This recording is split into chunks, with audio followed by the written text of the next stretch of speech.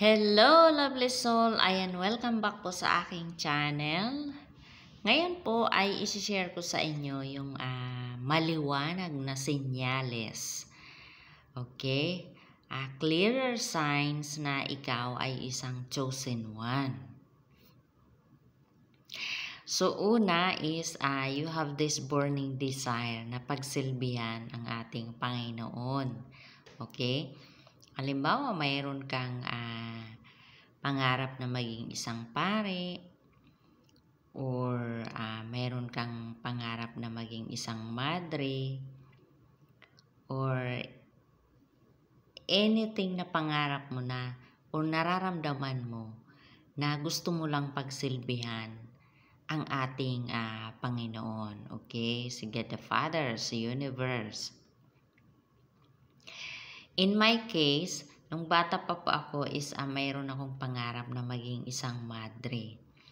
So basta humahanga lang ako sa mga madre, humahanga lang ako sa mga ginagawa nila, lalo na yung mga pagsisilbi nila sa mga bata, sa mga batang walang nag-aaruga or inabandona, or doon sa mga may edad na inabandona ng kanilang mga anak.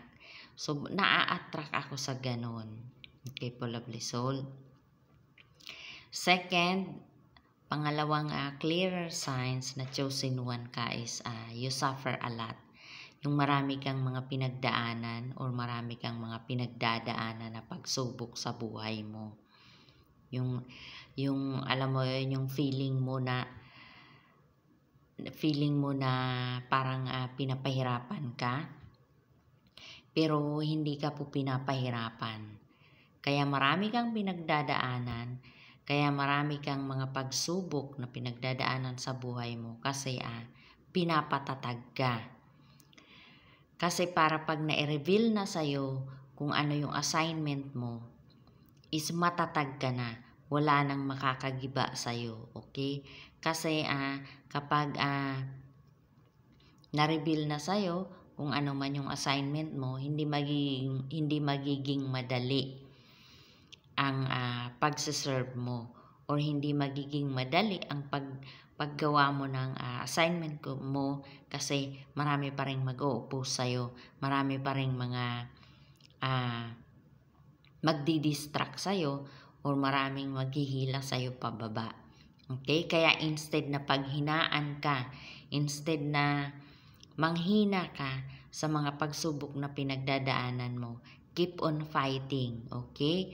Keep on fighting and have this mentality na victory mentality, okay? Kasi you are destined for greatness. Yan ang ilagay mo sa isip mo, okay po, lovely soul? Pangatlong sign is yung feeling mo na you are separated. You are isolated. Mararamdaman mo yan dyan sa puso mo. Kasi minsan, kahit kasama ka na sa grupo, mararamdaman mo or makikita mo na parang iniit sa puwera ka nila. Okay? Kaya feeling mo parang you are being separated, you are isolated kasi may inilalagay si Father God sa'yo. Okay? And pang-apat na sign is pang-apat na clearer sign na you are a chosen one is you believe in the unknown. Naniniwala ka sa hindi mo nakikita, okay? Ako nung maliit ako, or kahit nung maliit pa ako, lagi akong naniniwala sa mga yung kahit hindi ko nakikita is pinapaniwalaan ko. Okay? Basta mararamdaman mo lang yan dyan sa puso mo na kahit hindi mo man nakikita, pero naniniwala ka. So, isang clear na signs po yun. And panglimang signs is you always pray. Lagi kang nagdadasal. Okay? Ako nung maliit pa ako, tinuruan na ako ng magulang ko na laging magdasal. Meron nga kami na dasal yung about sa angels. So, nung bata pa ako, tinuruan na kami ng magulang namin na magdasal at maniwala sa mga angels. So, yun po yung 5 clear na signs na you are a chosen one. Okay po, lovely soul? So, thank you for watching. God bless and I love you. Doon po pala sa mga gusto akong makausap, ilalagay ko po dyan sa description box yung aking Facebook, okay? Pwede nyo po akong kontakin sa Messenger kung ano man yung gusto nyong itanong. Okay po, lovely soul?